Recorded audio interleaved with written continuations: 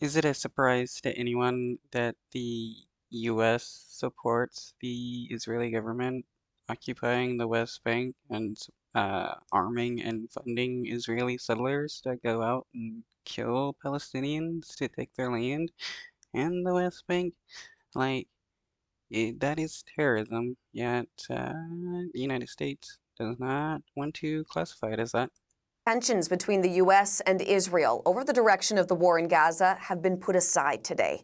Israel's biggest ally is pushing back against calls for it to pull its forces out of the occupied Palestinian territories. Any movement towards Israel's withdrawal from the West Bank and Gaza requires consideration of Israel's very real security needs. The court should not. How is it a security need for the Israeli government to arm and fund illegal settlements in the West Bank and give weapons to Israeli terrorists who go out and kill Palestinians to take their land? That is crazy to make such a claim. Find that Israel is legally obligated to immediately and unconditionally withdraw from occupied territory. The U.S. backing came on the third day of historic hearings in the Netherlands on Israel's control over Gaza, the West Bank, and East Jerusalem. Other countries are making the case Israel has been violating international law for decades, and they're calling on the court to rule in their favor. The consequences of Israel's prolonged occupation are clear, and there can be no peace, no security, no stability, no prosperity in the Middle East without upholding justice and the rule of law for the Palestinian people.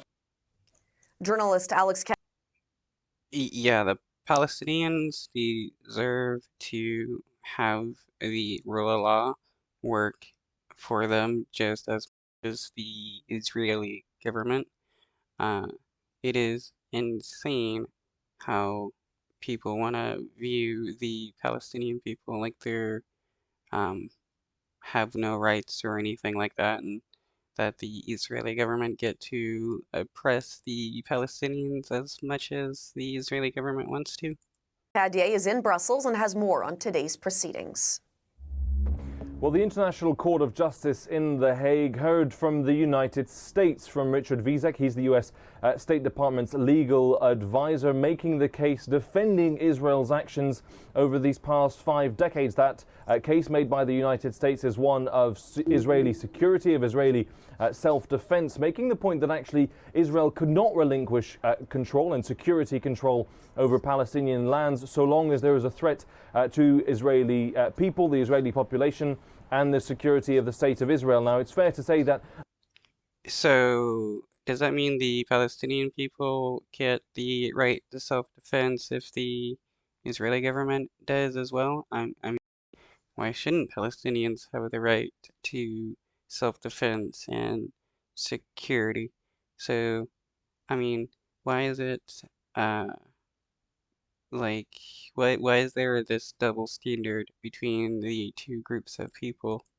The United States, at least in this particular hearing at the ICJ, stands rather isolated. They've been accused by the Palestinians of being one of only 2 countries willing to defend Israel's occupation of Gaza, the West Bank, and East Jerusalem, the other country being Fiji. So that was the point made by Richard Vizek, the U.S. State Department's legal advisor, that there can be no timeline put or time limit put on Israeli control of Palestinian land so long as that security threat remains. That is the U.S. position. He also said that the court should not urge Israel to withdraw its troops and its presence, its security presence from. Is the Israeli government not a security threat to the Palestinian people when you have Bibi Netanyahu and other ministers advocating for genocide? Those areas immediately, leaving a little bit of room perhaps for negotiation for that to happen in future. We also heard from Russia, perhaps a bit of an eyebrow raiser there, the Russian Federation saying that violence only brings more violence and that the collective punishment of Gaza must stop. The same Russian Federation that was ordered to stop its invasion of Ukraine by that very same court. We will continue to hear. I know Putin does not have much in the way to say on this. Yeah, being the fact that he is, invading a nation, trying to commit a genocide and collectively punishing people.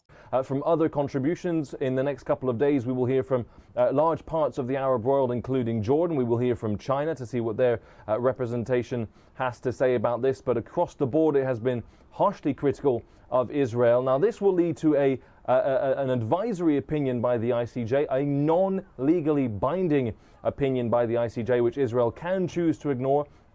But even if Israel does choose to ignore a ruling that goes against it, that international pressure will continue.